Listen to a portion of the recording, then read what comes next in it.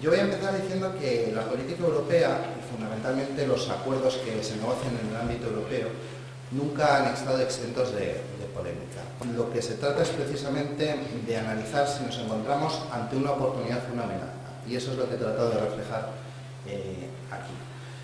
Para eso es importante valorar todas las circunstancias que rodean a un asunto en concreto, y en este tema hemos de reconocer algo ya de entrada, que es la opacidad con la que al menos en los puntos primigenios, incluso en estos momentos tampoco es que se tenga la mayor transparencia del mundo, pero se ha avanzado bastante. Esta falta de transparencia y de opacidad de esos momentos primigenios nos dificultan en mucho analizar las circunstancias en las que se está elaborando. Y se empezaron a tener conocimiento de estas cosas a través de la publicación de Wikileaks. Y gracias a eso, pues se dio rienda suelta a todos los miedos y a las cuestiones más perversas que cada uno pudiera imaginarse. Fruto de esa barra libre a la imaginación, y tampoco nos engañemos, ¿no?, al propio miedo a lo desconocido, que también en ocasiones es interesante, pues surgieron dudas razonables en algunos casos y especulaciones no tan razonables en otros para todos los gustos. Se dice que el TTIP es secreto y que no lo conoce nadie, pero sin embargo hemos oído y hemos visto y hemos leído que dice unas cosas y las contrarias. Yo creo que es un acuerdo sobre el que se ha dicho absolutamente de todo.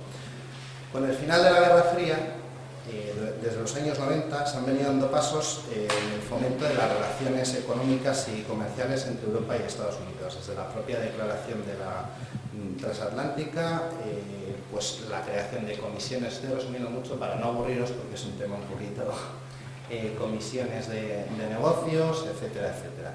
Y a fecha de hoy, 9 Estados miembros de la Unión Europea ya han firmado un acuerdo bilateral con los Estados Unidos. Y con todos estos antecedentes llegamos al momento actual en el que se pone encima de la mesa la virtualidad o no de negociar el TTIP entre Europa y Estados Unidos. Según un estudio de impacto que elaboró la propia Comisión Europea, se decía que aumentaría anualmente el PIB de la UE alrededor de 120.000 millones de euros, una media de 500 euros por hogar con una inyección del 0,5% del PIB europeo, y que daría lugar a la creación de 1,3 millones de empleos. España, según este mismo informe, sería el cuarto país más beneficiado del acuerdo, detrás de Reino Unido, Suecia e Irlanda, con un PIB per cápita que crecería al 6,55. Primero, cuando estamos hablando del TTIP no estamos hablando de un acuerdo que ya exista, no. El TTIP se está negociando y lo que se ha dado en el Parlamento Europeo, en el seno del Parlamento Europeo, son las directrices que el Parlamento Europeo marca como recomendaciones para esa negociación. Para mí es esencial tener claro que, y aquí me vais a permitir que como representante del Partido Socialista lo diga, nosotros desde el principio nos hemos mostrado de acuerdo en apoyar las negociaciones entre Estados Unidos y la Unión Europea para lograr un acuerdo transatlántico, pero no cualquier acuerdo, que eso es lo que voy a explicar. Porque nosotros entendemos que hay que desechar cualquier posible amenaza que pueda tratar de bajar los estándares sociolaborales, medioambientales, etcétera, etcétera, que tenemos asentados en la Unión Europea. Sería interesante comparar aquellas amenazas que durante todo este proceso previo a la resolución del Parlamento Europeo se han ido vertiendo por quienes entienden que el TTIP es una amenaza, y lo que se recoge en la resolución del propio Parlamento respecto a ello. En cuanto a la falta de transparencia, yo ya lo he dicho, el TTIP y los inicios del TTIP han sido claramente opacos. Es verdad que esto se ha venido matizando y en la propia resolución del 8 de julio se recoge un epígrafe entero en el que, como podéis ver ahí, pues se exigen una serie de medidas en torno al aumento de la transparencia. También es verdad, y quiero hacer una crítica, se han celebrado 10 rondas en las que los gobiernos de los Estados miembros son puntualmente informados. Y nuestro gobierno en concreto, el gobierno de España, no ha comparecido ni una sola vez para informar al Congreso de los Diputados, y así se lo hemos exigido el resto de los grupos de la oposición en esta última legislatura. En cuanto a los derechos de los trabajadores, cosa que me parece fundamental, Los detractores del TTIP han venido expresando su temor porque el aumento de la competencia con Estados Unidos haga que los derechos laborales más consolidados en la UE se resientan. Y esto viene porque Estados Unidos, entre otras cosas, solamente había ratificado 2 de los 8 convenios básicos de la OIT, de la Organización Internacional del Trabajo. En cuanto al riesgo a los servicios públicos, desde estos mismos sectores se ha venido diciendo que estaban absolutamente en riesgo los servicios públicos básicos. Para nosotros este era un tema innegociable y en el apartado B7 de la resolución del 8 de julio se recoge expresamente, como podéis ver ahí, excluir los servicios de interés general y los servicios de interés económico general actuales y futuros, entre otros agua, salud, servicios sociales y sistemas de seguridad social y educación, del ámbito de aplicación del ACTI.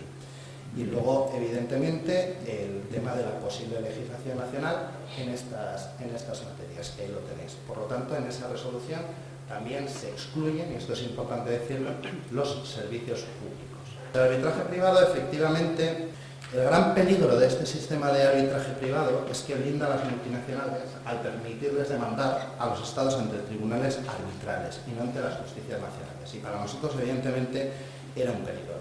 En esta resolución del 8 de julio se acaba sustituyendo ese sistema, el conocido en inglés como ISDS, y se recoge expresamente, como lo podéis ver ahí, sustituir el mecanismo de resolución de litigios entre inversores y estados por un nuevo sistema para resolver las diferencias entre los inversores y los estados que esté sujetos a los principios de control democráticos por jueces profesionales y que incluya un mecanismo de apelación.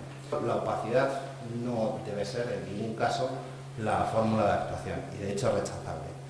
Si hay algún culpable de que todos los miedos se hayan abalanzado sobre el TTIP es precisamente quienes crearon esa opacidad. Entonces es evidente que había, incluso humanamente es entendible, que había que pensar, que se podía pensar que ahí nos querían colar cualquier cosa. La resolución del 8 de julio del Parlamento Europeo pone negro sobre blanco que es lo que el único ámbito directamente elegido por los ciudadanos de la Unión Europea, que es el Parlamento, está dispuesto a aceptar o no está dispuesto a aceptar. Lo que deberemos hacer es seguir vigilantes y luego exigir que ese Parlamento Europeo, que ha establecido esas líneas rojas, no apruebe ningún acuerdo que contravenga ninguna de esas líneas.